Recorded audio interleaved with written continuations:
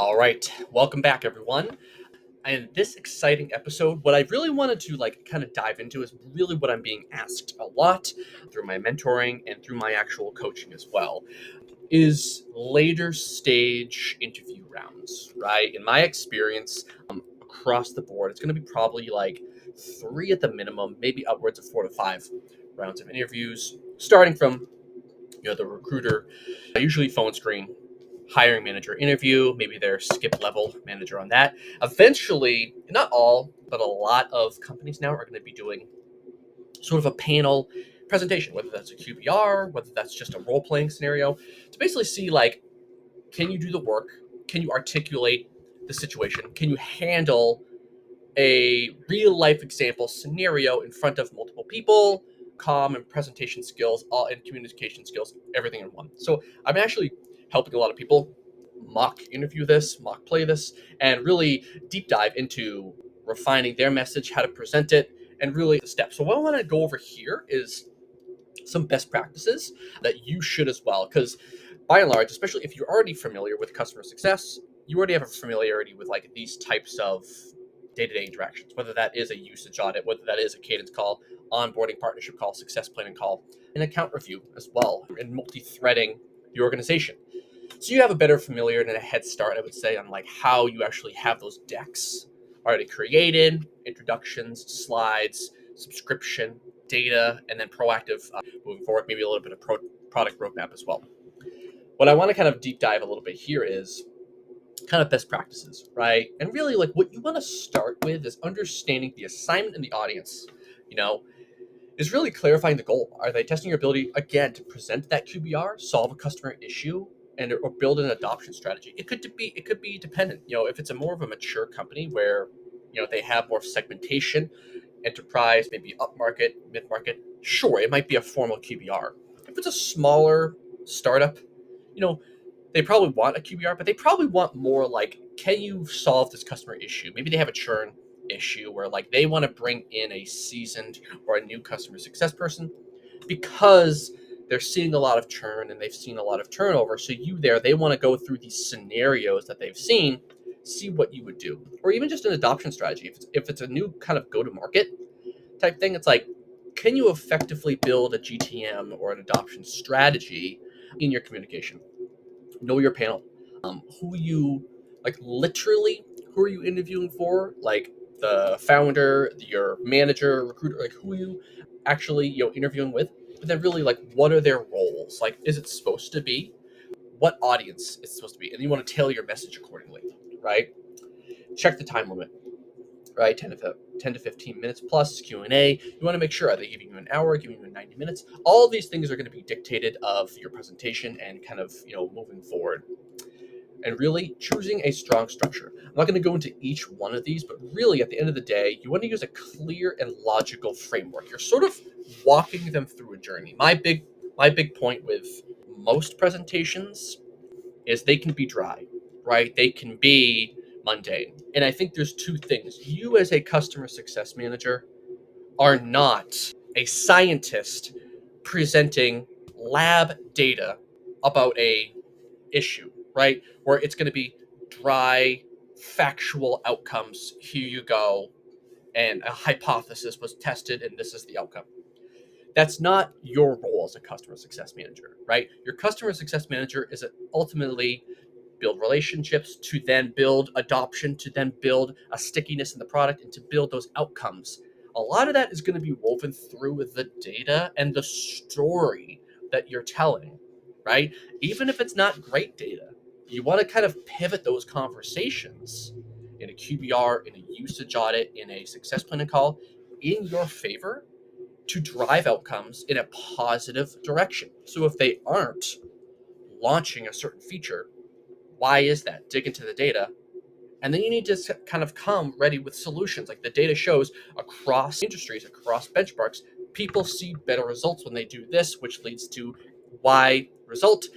That is why I prescribe. They're looking for you to be their consultant, their strategic partner. I would prescribe we start to do this, and I can work with you to do a 30-day plan, to adopt this and push it forward, right? So it's less about this is the data. You're telling a story, right?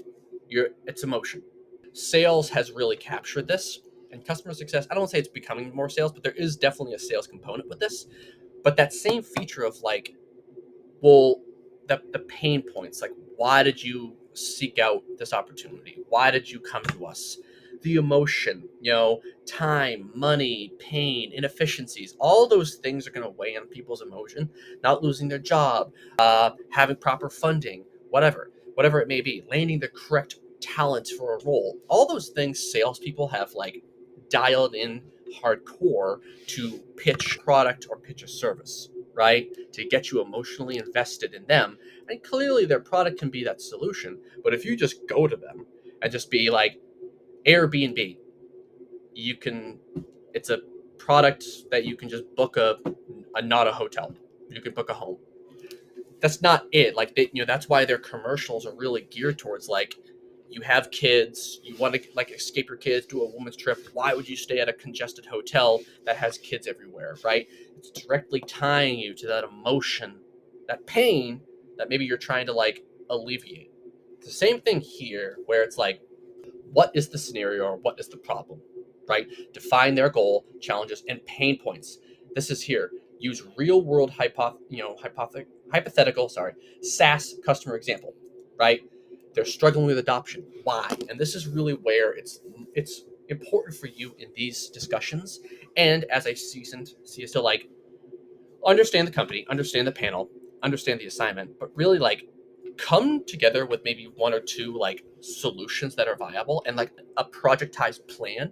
But really like you want to pull on those emotions. Why is that? You did come here with a goal at first. It seems like it's dipped. Let's work through this. Like, tell me a little bit more about that. You want to peel back those layers in there. So definitely come ready to go and telling stories and pulling on those emotional strings. Come with a solution, right? Key strategies. Break it down for them. Everything, right? Don't just say like, yeah, we can definitely work on that, right? Especially if it's something like a save plan or an adoption issue. If it's like an account review, it might be like, okay, here's the data, and then this is how I want to work with you, right? That's really where is it something product where you can bring in a product manager. All the time I might even bring in product leaders or product managers on calls. Like let's take out the middleman here and just get them on an actual call with you, so then we can actually break that, use data to your advantage, right? So you definitely want to have this outlined here. Make sure you're defining outcomes and metrics. Those are going to be data. Those are going to be slides. Making sure that like, look, because this adoption is not there, that is directly tied to percentages, revenues, inefficiencies, loss. Or even on the other end, pat people on the back because I work for a talent management company. Say if recruiters or hiring managers are doing a great job and you have their bosses on there, pat them on the back. It's going to go a long way for that relationship building. But you also can say like, look, they're advocates. They are crushing this. Their time to hire, time to fill numbers have drastically reduced because of these efficiencies that we've seen. And really, like, they were hesitant at first to do this feature. Using this data and using our industry benchmarking, now you guys are adopting it, and it's leading to better talent, better hires. So you want to make sure you're kind of bringing everything holistically together. And finally, like, make sure it's a presentation deck. If it's something that's a little bit more like informal, depends, right? But I would, err on the side of like, you sort of want something visual. Don't have a lot of words, bullet points, almost like what you see online, everything. It's much easier to read a listicle or a short, post, say on LinkedIn, than it is paragraphs. Same way in your presentation. Again, it's time, energy, emotion.